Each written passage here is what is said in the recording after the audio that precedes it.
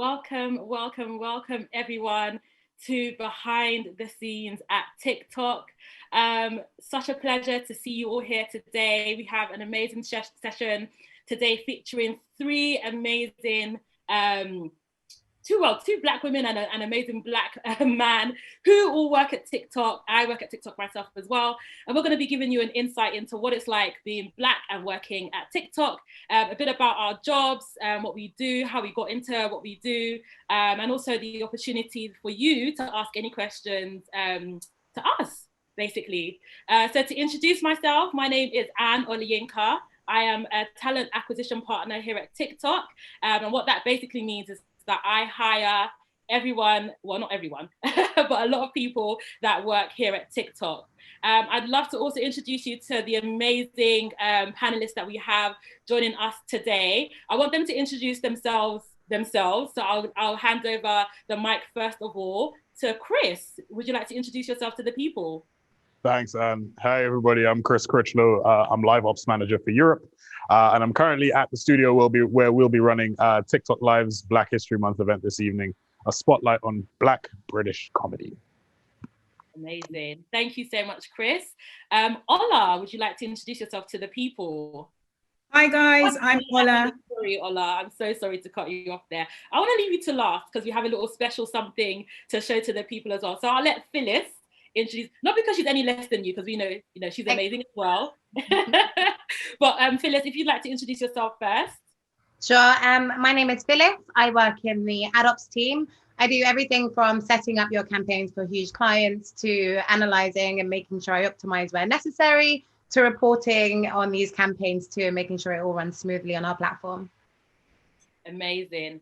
Thank you so much, Phyllis. And last but by no means least, Ola, would you like to introduce yourself? Hi guys, I'm Ola and I'm Brands Partnership Manager at TikTok. So I look after the beauty clients on our platforms. So really leading with education so that brands understand how to connect their organic content and paid media content when it comes to the beauty category. But on the side as well, which is probably why Anne has left me till last, myself and the family are actually quite active on TikTok. We fell in love with family dances way back when I was pregnant with my third. So I have 3 kids and we definitely make a thing of Sunday TikToks as well. So yeah, a few of them have gone a little bit viral. She says a little bit viral. She's being so modest. We're talking about, she's an actual TikTok celebrity, guys. She gets like millions of likes, millions of yes, you do, girl. I be seeing you on the app. I follow you. What are you talking about? Guys, I want to show you an example of the videos that Ola creates with her family. So I'm just going to play that for you guys now so you can see what she gets up to. Have a look. Jerusalem, ikayalami, ilondoloze, uhambe nami. Amazing. Absolutely love it. I hope some of the people watching are familiar with the Jerusalem challenge, but to me, that was the best Jerusalem challenge. I'm a little bit biased because I love Ola's son, Dream. He really is the most beautiful little boy. So if you're not following the Pello family on TikTok, get following, get on there. Love it. So as I said, we're going to be talking a bit about our jobs at TikTok, what it is that we do, what it's like being Black and working at TikTok, to give you guys an insight into what it's like working at TikTok, but also to give you some ideas about the kind of career opportunities that are available to you. As it is Black History Month, we're shining the light on the Black community and opening up opportunities to the Black community specifically. And as a Black British woman who was born and bred in London, I was always told, you've got to be a doctor or a lawyer or an engineer. And those were the main types of opportunities and jobs that were spoken about when I was growing up. I had no idea that there was anything in HR or recruitment. I had no idea about ad operations. I had no idea about what Chris does, live operations manager. So this is really an opportunity to shine a light on the opportunities that are available to you.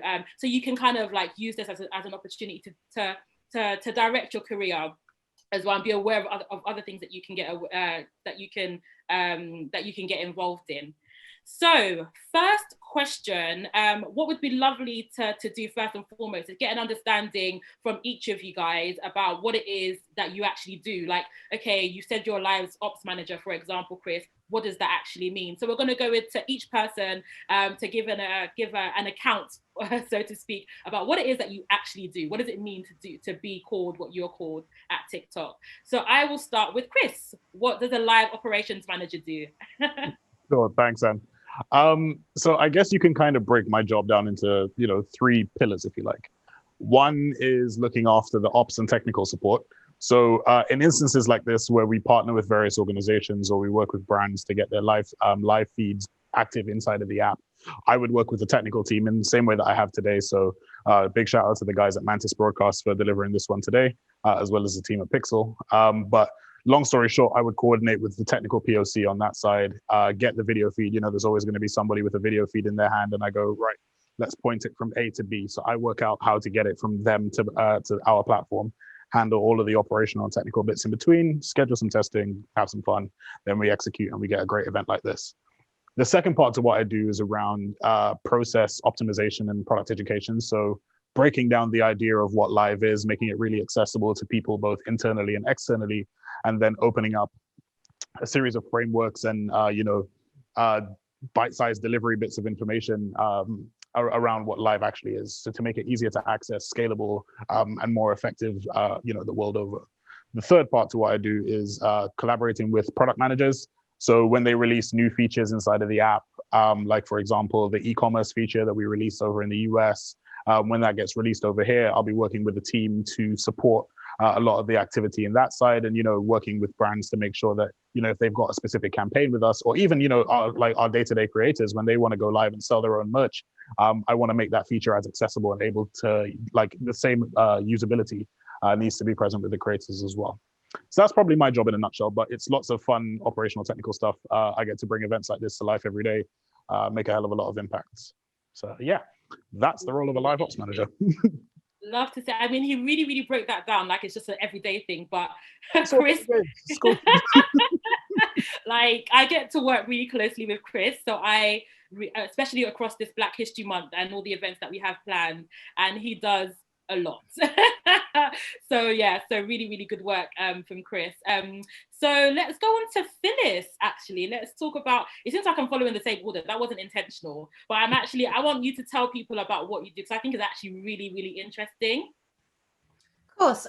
So I'm going to try and avoid getting too technical here. So like, if we're going to keep it really top line and basic, it's kind of like I receive my assets from our big clients like Nike and Adidas.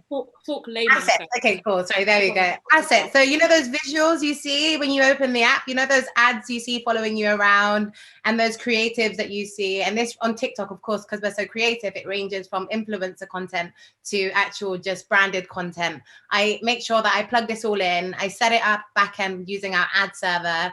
And then I make sure I plug in like any tracking. I implement any tracking that needs to be done, and make sure that these are campaigns that clients are paying for perform.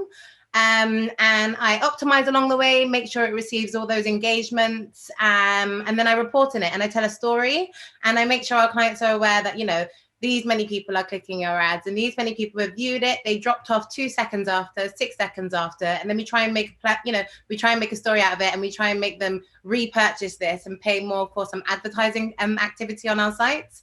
And then of course there's troubleshooting along the way. So it can be quite technical, but I seriously love what I do.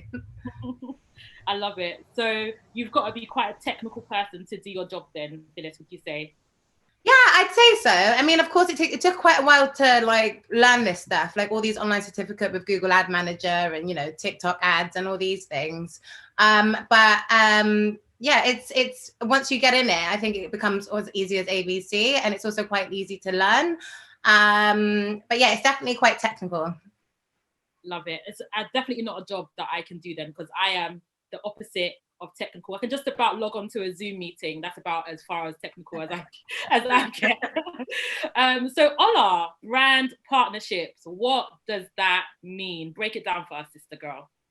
Sure. So the brand is obviously the businesses, and I'm particularly looking after beauty and the partnerships, how they can work together with us at TikTok to get their brand message across in a way that's authentic and connects with the users. One thing that sets us apart as a platform, and where we've really seen industries such as beauty pushing the needle forward, is the fact that it is really about that positivity piece, and it's about learning to laugh at yourself and learning to really favor the progress over the perfection. People come to TikTok to learn new skills, and I feel like brands have now seen that it pays more to kind of be more relatable as opposed to kind of being overly polished. So it's my job to, one, lead with education. So when I speak to the brands, it's important that they understand that it's not about striving for that unattainable image of beauty, but more about what everyone else can relate to and showing up when it matters most. So it has to be aspirational. It really has to empower people to feel part of a community. And in doing so, allowing them to create campaigns that feel native to the platform. So they don't stick out like, oh, here's a shiny ad.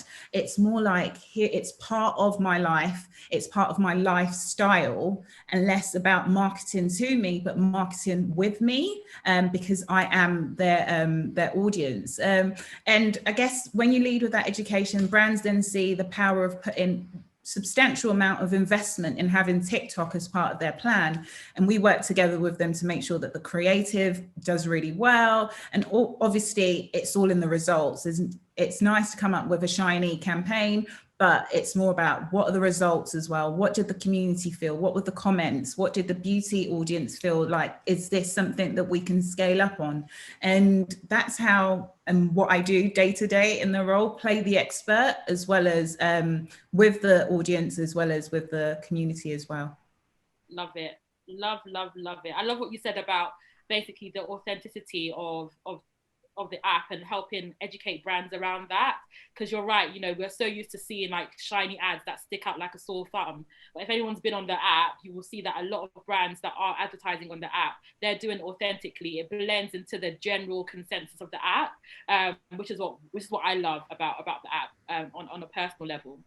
What I'd love for you guys to share a little bit about is how you have got into what you do now. So I'll start with Phyllis, just because I feel like ad operations is it's quite new actually in terms of like a career path to take. I would say probably, correct me if I'm wrong, probably in the last like 6 to 8 years, we've seen a real like shift towards that kind of, or a need for that skill set. So what kind of skills do you think one needs to acquire to be an ad operations specialist, Phyllis? I just wanted to I wanted to say you're absolutely right. Like, it's just come into play within like the last 8 to 10 years. Only because, of course, we remember our traditional marketing, slap that poster in that newspaper and get that ad out on the street, and no source of measurement. How do we know if it's working or not? And then I guess over time with technology, we've got to a stage where we're like smart enough to go, oh, hold on, no, I want to know what we're getting for this, and what does this mean? Who's engaging? X, Y, Z. And that's how we formed into advertising onto platforms like apps and on certain browsers and certain websites. And how I got into it, I actually remember, I think I was in sixth form, and I was just like, it's that stage where everyone's like, oh, what are you going to do in uni? What are you doing in uni? And I was just like, I really had no idea exactly what I wanted to do. And one of my friends just goes, oh, I'm going to do marketing communications and advertising. And I was like, whoa, that sounds really smart. Like, let me give that a go. And I just went into it. That's how I got into the course at uni. And from the things that I was learning, I was like, you know what? This isn't even rocket science. Like, this is like putting things together and making a story and making sense out of it. Like, of course, people are going to pay to put these adverts and campaigns out. But we also want to know if it's working. We want to see how many people are buying this. You made all that money just out of advertising. Like, this is incredible. Like, and from there, I kind of went into my master's and said, okay, this is it. I want to refine this down. I want to look deeper into advertising and the mechanisms behind it. And then that's kind of got me into my junior role previously. And then I started working from there. And I genuinely was just always so wowed at I was just very wowed at the whole, oh wait, this campaign, so this company, this tiny company has just become so huge and doing so well just from like putting this campaign on this particular website where their audiences, where their target audiences. And, you know, when you put the sciences together, it works. And I guess I just found it very fascinating. And that's how I got into it. And that's why I'm where I am now. And that's what I plan to do in like for the years to come as well. And of course, it's going to change in the future, you know, so it's, you know, advertising is always going to change. I'm just hoping to kind of like stay on top of it. Absolutely. Love it. Love. And do you think that you need to have a degree in marketing and advertising or a master's to get into ad operations, or are there more vocational courses that one can take to get into it? Do you know what? As time goes now, if I'm being absolutely honest, I am sure there are so many courses available online for us, for people to take and take that route down. It's like, as long as they get the sciences and all that, like all the advertising basics conquered, like secured, this can be done through Google Analytics. This can be done through quite a few platforms. Not Google Analytics, sorry, Google Ad Manager's training, and of course TikTok. We've got our own TikTok ads training. The more you familiarize yourself with all the training material out there available to you online, then yeah, it's there and it's doable. You don't need your master's or your uni degree, but it's not to say cancel it. Keep it up if you are. Yeah, definitely. Yeah, just to encourage everyone, you know, if you're someone that, you know, is doing a degree, absolutely do go out and smash it. You know, get really good grades, but don't be discouraged if you don't, you know, have, you know, access to higher education for whatever reason. You know, it is really expensive at the moment to go to university. There are other ways that you can gain qualifications and gain the experience that you need to have a job like Phyllis is. So yeah, I'll move on to Chris, because your job is lots of different things and you're always fighting loads of different fires. It'd be really, really interesting to understand your journey to where you are now and how you've gotten there, and what kind of skills or degrees or whatever you think that are needed to be a live ops manager like yourself. Sure. So my role requires a background in like event production, broadcast, and audiovisual work. Because there are a couple of different facets. There's the technical side in terms of being able to like look at a video feed like our users and viewers are looking at now. And, you know, if it's lagging or if it's dropping or the audio is moving out of sync, I'd be able to visibly look at that and troubleshoot that. And then look at a couple of network pieces as well. So if we start to, you know, drop out or we start freezing, is it attributable to the video feed or is it attributable to the network connection that we've got? You know, have you got a bad Wi-Fi or a bad hard line? So the way I got into it, I started as a, you know, T-boy event assistant, like from a technical side. So I used to work in a recording studio in Essex after school. And somehow, some way I fell into working with the engineer that was in there, started to learn the board. I'm fairly like just naturally technical, I guess. Things just kind of come to me, if that makes sense. So you're just naturally gifted. You just got it. No, not even. Come on. But yeah, like I picked up working on the mixing desk pretty quickly, and I realized that studio stuff wasn't for me. So I started to jump into some live work when I was about 15. So yeah, summer holidays, I was touring as a, you know, laborer, humping and dumping flight cases. I think Italy was one of my first tours with a random rock band, and that changed. You were touring with rock bands? Listen, there's a whole other story. I'm trying to truncate it, but like the general premise was I started working on some live stuff. You know, this industry is very small, so you know, you do a good job on one show and you get invited to another. So it just kind of snowballed like that. And before I knew it, I was, you know, operating as a, you know, first line audio engineer in the, you know, the Albert Hall. I was doing the London Philharmonic, done all sorts of stuff. Diversified from sound, went into some more graphic stuff. Again, just kind of picked up because this is one of those jobs where, you know, the client spins around and go, hey, you're the tech bod, come fix that. You know, you're the audio guy, or you're a camera guy, and you're now being asked to like do lighting or like run an LED wall. And I'm like, you know, I like the challenge. So there was never going to be a point where I say no, but that also comes with a line of nervousness because you've got to really run around and learn how to, you know, run an LED wall quickly. Right. Yeah. So, yeah, there was a lot of learning on the fly and learning on the job, and I was very blessed to be able to, you know, get to meet some great technicians and project managers over the years. Before I knew it, I was running my own team. You know, we started running shows up and down the country and across Europe. Did some crazy stuff. And then, yeah, it's, you know, I landed a job in tech at Facebook about 6.5 years ago, maybe. Yeah. Was doing stuff there, changed roles to Facebook. That one didn't particularly work out. Went to Google, did a couple of years there, had a lot of fun. Left Google, went to Snap, didn't like the environment, came here, loving it, doing all sorts of crazy fun stuff. So I think really cool. I love it. yeah, a little bit. Like, gotta catch them all on some Pokemon behavior. But I think the thing for me has really been about, you know, diversifying skill sets. I like those who know me personally will hear me say pivot and adapt quite often. And I've regularly found myself in situations where I've had to pivot and adapt. I'm never going to tell a client, no, I can't do that for you, and risk not getting paid or delivering a bad show. It's, I'm going to go figure it out, bite my nails while I read a manual quickly and hope to God I've absorbed the information to do it. And then obviously, as I've learned and I've trained, a lot of this stuff becomes second nature to me.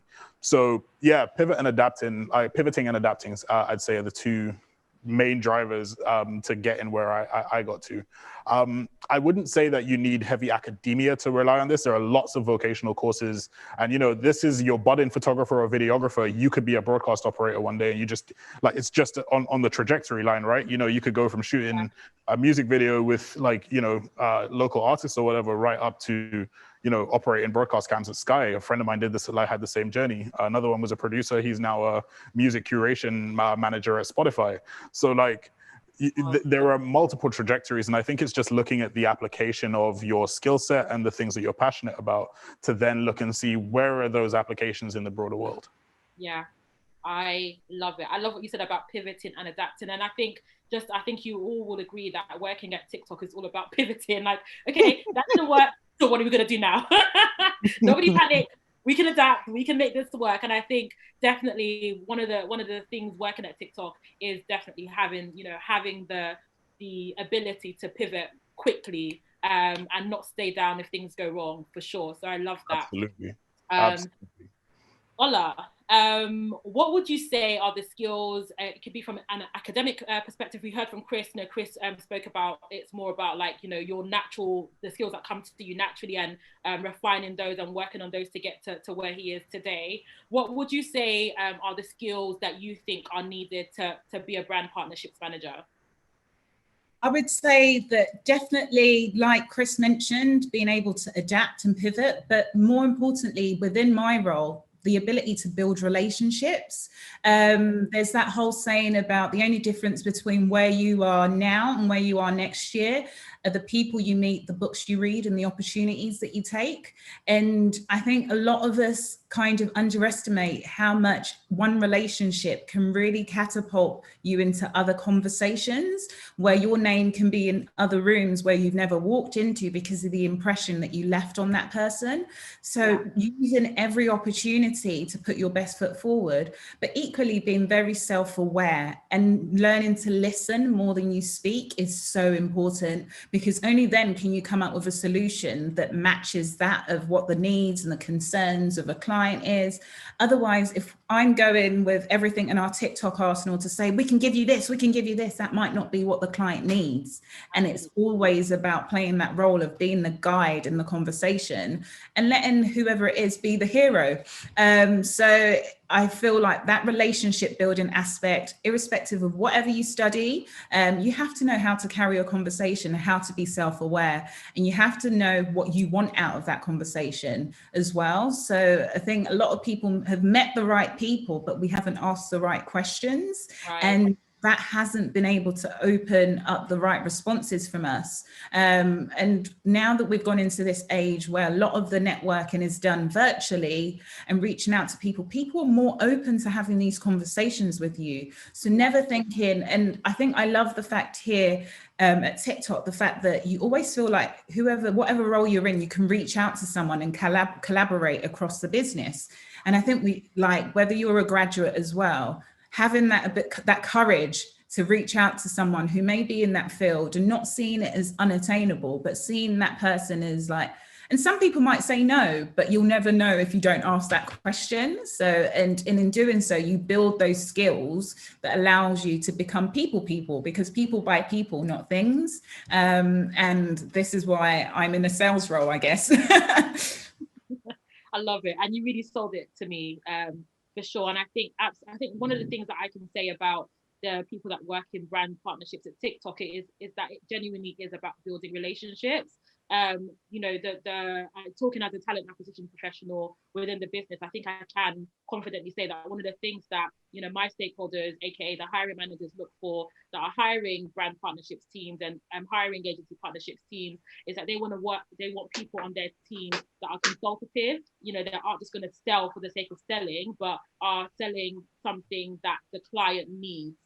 So I think that is a huge difference between what I've seen in the salespeople that may work for other organizations and the salespeople that work for TikTok. So really good point there, Ola. Thank you for that. I want to make sure we have time at the end for Q&A. So I'll just ask one more question to everyone. As it is Black History Month, and we're all Black professionals working at TikTok. And I think it's really important to shine a light on, what it is like, being a Black woman, a Black man, working at TikTok in our respective roles. So who wants to go first? Who wants to volunteer to answer this question first? What is it like being a Black person working at TikTok? I'm happy to jump in. Go on, Chris. I think for me, this is the first tech company where I've truly felt able to be Black and be cool at the same time. I think the Block community, the team of Black people. You mentioned the Block community. Who are the Block community? Because a lot of people won't know who that is. So, good point. So it's the internal affinity group for Black employees. And we're here to, create a support and a support network and a safe space for Black employees, but also drive initiatives, drive systemic and sustainable change with leadership, and, carve out equitable opportunity. But, this relationship that we have internally has really allowed room for us to just be authentic and be ourselves at all times, I feel. Certainly with leadership, I found that I can have candid conversations about race and, structural issues that we need to look at changing, and there's not been any pushback or I'm sure I speak for all parties present and many who are viewing that when you've tried to bring up race-related conversations with certain non-Black people before, there's always that hesitancy, the discomfort and the frustration that's in there. So it's always awkward to look at how that feels sometimes. I think the bit that I'm very grateful for is that our leadership have been extremely receptive to ideas and suggestions and how we make change and make more equitable change. So very grateful for that. And I'd say, being Black at work has been really positive so far. I love it. Well, how would you answer that, Phyllis? What is it like being a Black woman working at TikTok? I definitely want to echo oh my gosh, Chris, your name came up my head then. I'm just going to echo Chris. It's an amazing place to work as a Black female, of course, there's a long way to go, but we are it's a good place to work. Your voice is being heard. Again, the Black community, the family I've got there, it's insane. I've come from a very corporate background where it was probably the only Black person in the team, and I didn't have this sense of community. And then I've come here where it's just kind of even just my non-Black colleagues, it's just wow, go Phyllis, this is amazing, Black History Month, wow, screaming about it, sharing it, and just, it's everyone's in this together, and it's all of us kind of working together in the right direction. And I just, I couldn't be happier. And I just hope that, we keep this energy up and we keep being proud, unapologetically Black, and just going with it. I love it. And Phyllis, I can definitely relate to what you said about, even the non-Black people within TikTok, the community is amazing. We have Block, which is an amazing family and a safe space. And everyone there has got each other's back. We're literally a family. We're a really, really strong unit. But also the people that don't identify as Black that work at TikTok, the support has been unreal. From when we launched Black History Month till now, people sharing what we're doing, people talking about it, people congratulating us, people messaging. I've had so many messages directly from people just really, really encouraging me.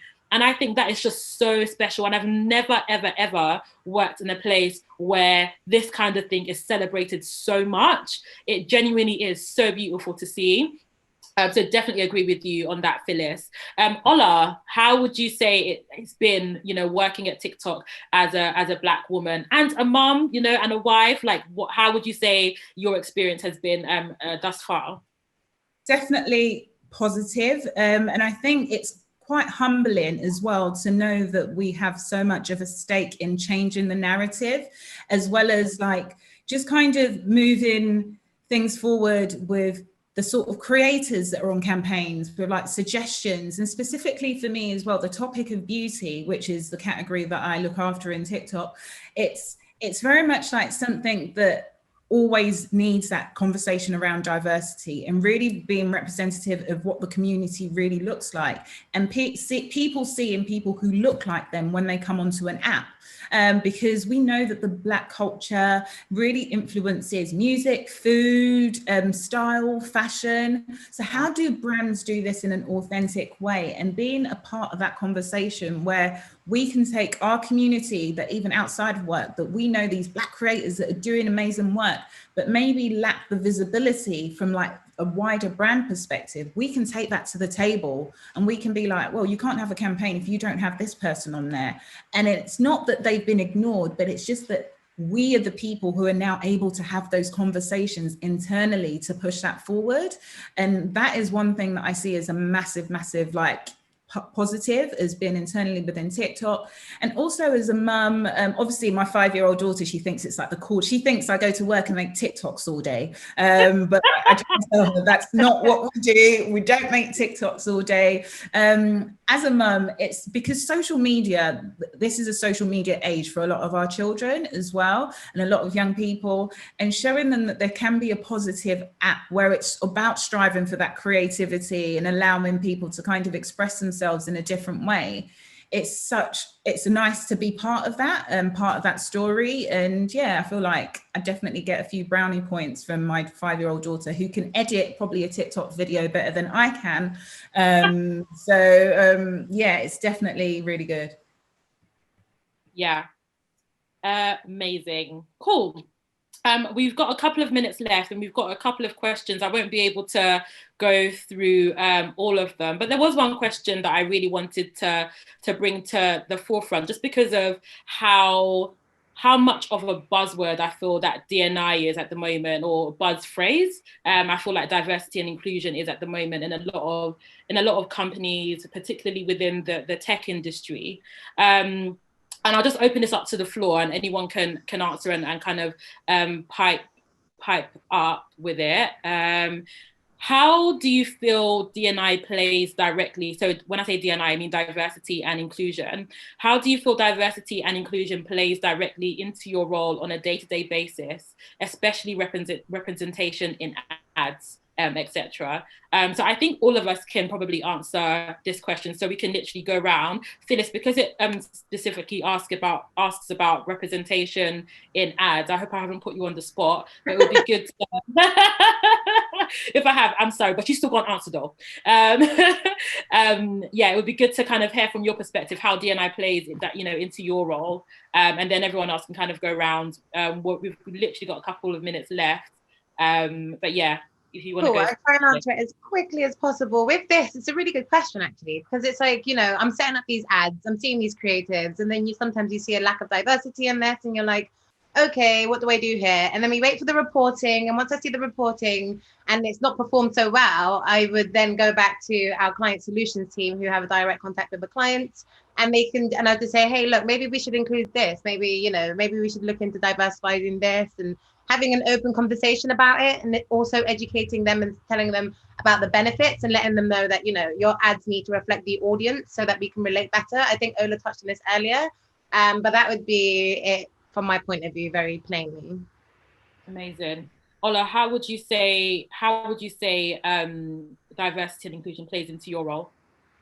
I think I touched on it a little bit with especially beauty, and that having that voice and showing that beauty comes in all shades, all sizes as well. It's not just about color, social economic status and like backgrounds, upbringing, from areas where people can even like from like the language that she used in ads and suggesting to like clients how it's not really about jumping on trends. You can confidently lead a conversation within the Black community or within like a community that have previously felt marginalized by just listening a little bit more. So I definitely think it plays a huge role because I've got my ear to the community because I'm part of the Black community, and then I can bring that to the table at work and feel confident and like comfortable enough to say, look, this is what's trending. This is a general consensus within the Black community. How do we as TikTok position ourselves correctly?